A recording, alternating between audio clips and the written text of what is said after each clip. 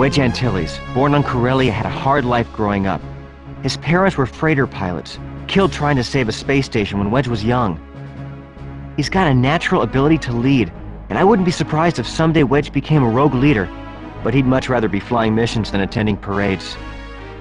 An excellent pilot, Wedge saved my life at the Death Star, and I owe him. I expect to see Wedge do great things for the Rebellion.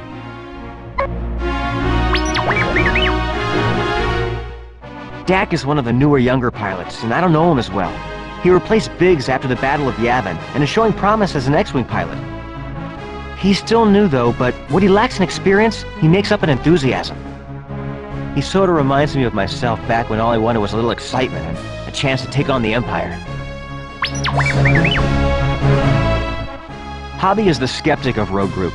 He doesn't warm up quickly to new ideas, but he never challenges the authority of his superiors. Hobby just does most of his thinking on the inside.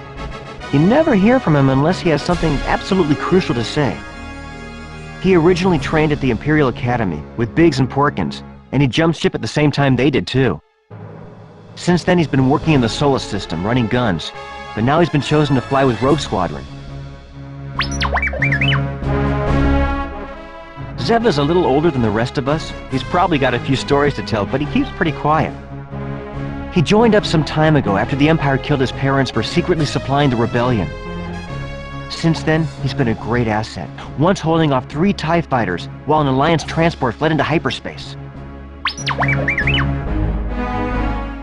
I've only seen Jansen truly happy when he was manning the guns of a Y-Wing or Snowspeeder. He's a gunner, first and foremost. Wedge swears by his accuracy and knack for hitting small-moving targets, like TIE fighters. Jansen always has a short temper, though. Many is the time we've had to pull him out of a cantina fight, but I would trust him with my life.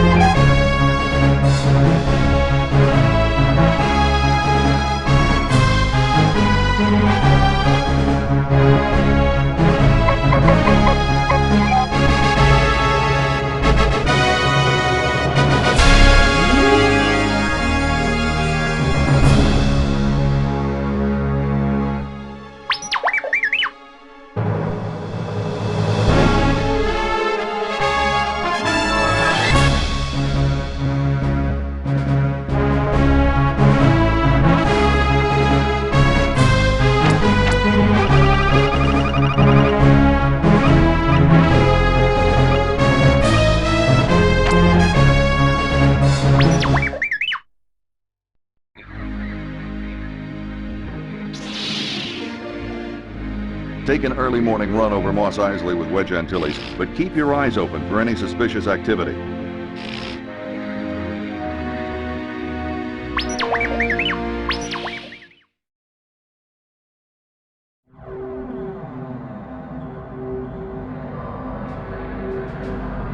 The Incom T-65 X-Wing is the fighter that killed the Death Star. An almost perfect balance of speed, maneuverability, and defensive shields makes this the fighter of choice for Rogue Squadron, except when the mission profile disallows it. In addition to 4 blaster cannons, the X-Wing can carry a number of proton torpedoes.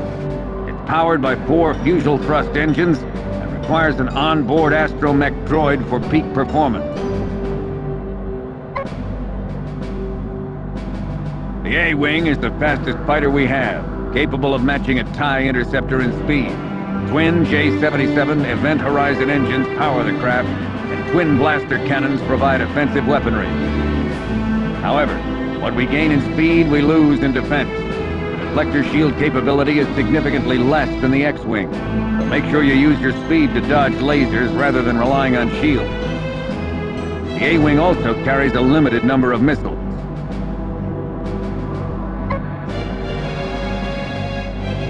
Snowspeeder, modified with armor plating, stronger outboard laser cannons, and a harpoon tow cable for the rear gunner, is not a true flight craft, but a repulsor craft, so the flight ceiling is quite low.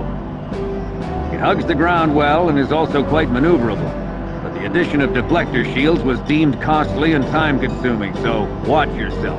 The controls are quite similar to the X-Wing, so don't worry about additional training.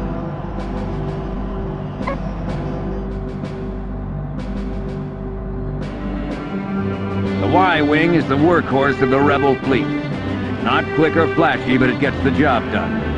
The armor on this ship is extensive. The shields will protect you from just about anything, which is good, because you won't be going anywhere fast. The Y-Wing is used mainly as a bomber, because it can carry a heavy payload of missiles, torpedoes, and bombs. The other important weapon is the topside ion cannon, which rather than destroying a target, can disable it for later capture. Our cannons have a computer-assisted auto-fire feature, so don't forget that when you're in the heat of battle.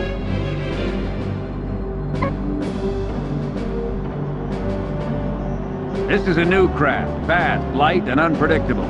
The V-Wing carries 2 blaster cannons which can be fired at a normal rate or in the rapid-fire position. Rapid fire is useful for strafing ground targets, but it overloads the cooling units and can often cause a complete burnout. In addition, the thrust engines have been modified to supply an incredible amount of power over a short distance. These are generally used to evacuate a pilot from a dangerous area, as the V-Wing carries no shields and very little armament. That said, the V-Wing is extremely nimble and stealthy, and is an even match for most adversaries.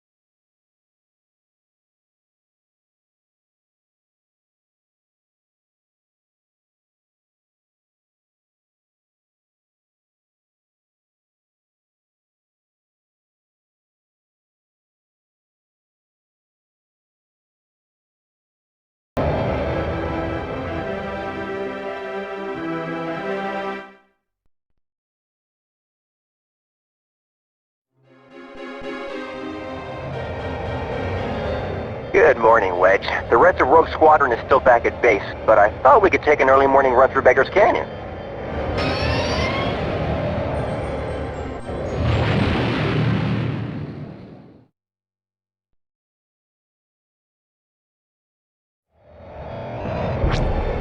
Luke, I think we've got a problem. Is that my imagination, or are those Imperial probe droids dead ahead? They're attacking the homestead.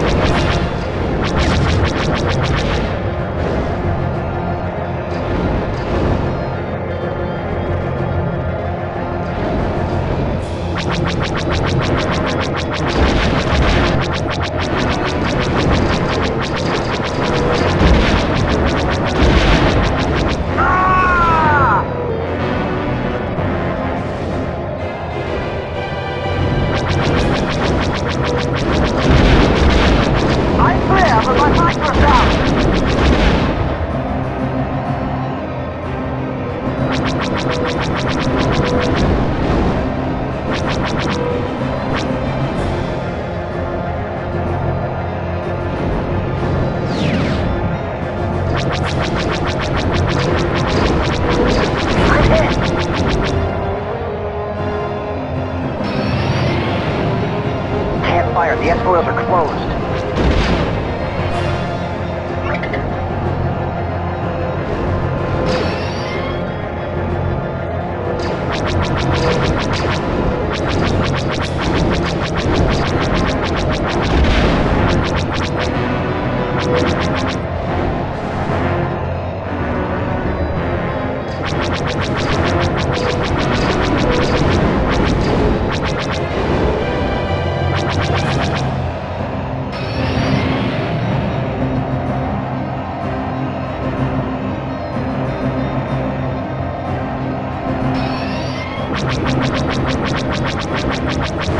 Hang on back there.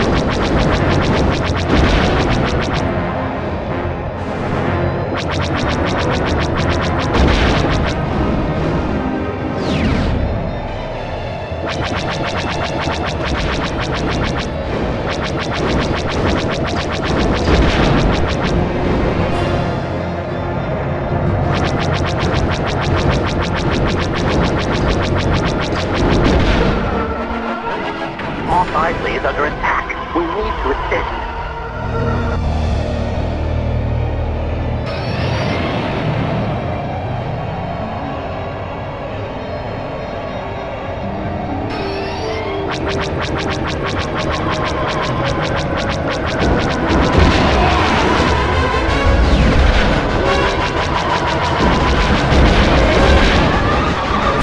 Maintain visual scanning.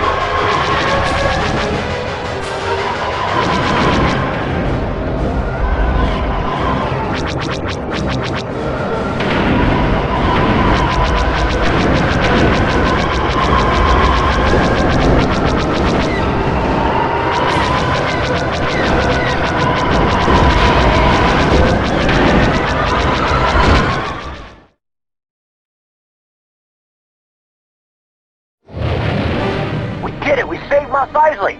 Nice work, Rogue Squadron. We might make a name for ourselves after all.